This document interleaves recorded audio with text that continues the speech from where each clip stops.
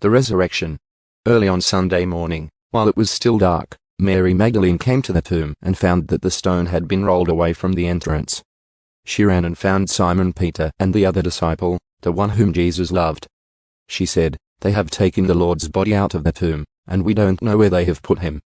Peter and the other disciple started out for the tomb. They were both running, but the other disciple outran Peter and reached the tomb first. He stooped and looked in and saw the linen wrappings lying there, but he didn't go in. Then Simon Peter arrived and went inside. He also noticed the linen wrappings lying there, while the cloth that had covered Jesus' head was folded up and lying apart from the other wrappings. Then the disciple who had reached the tomb first also went in, and he saw and believed. For until then they still hadn't understood the scriptures that said Jesus must rise from the dead. Then they went home. Jesus appears to Mary Magdalene. Mary was standing outside the tomb crying, and as she wept, she stooped and looked in. She saw two white-robed angels, one sitting at the head and the other at the foot of the place where the body of Jesus had been lying. "Dear woman, why are you crying?" the angels asked her. "Because they have taken away my Lord," she replied, "and I don't know where they have put him." She turned to leave and saw someone standing there. It was Jesus, but she didn't recognize him. "Dear woman, why are you crying?" Jesus asked her. "Who are you looking for?" She thought he was the gardener. "Sir," she said, "if you have taken him away, tell me where you have put him, and I will go and get him." "Mary," Jesus said. She turned to him and cried out, "Rabboni," which is Hebrew for teacher. "Don't cling to me," Jesus said, "for I haven't yet ascended to the Father.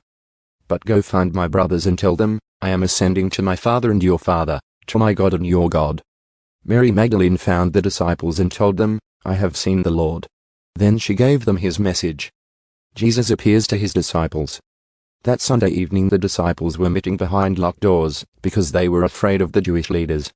Suddenly, Jesus was standing there among them. "Peace be with you," he said.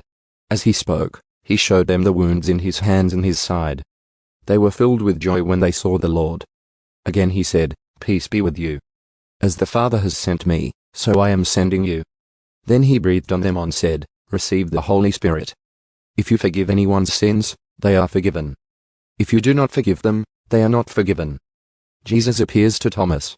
One of the 12 disciples, Thomas nicknamed the twin, was not with the others when Jesus came. They told him, "We have seen the Lord." But he replied, "I won't believe it unless I see the nail wounds in his hands, put my fingers into them, and placed my hand into the wound in his side." 8 days later the disciples were together again, and this time Thomas was with them.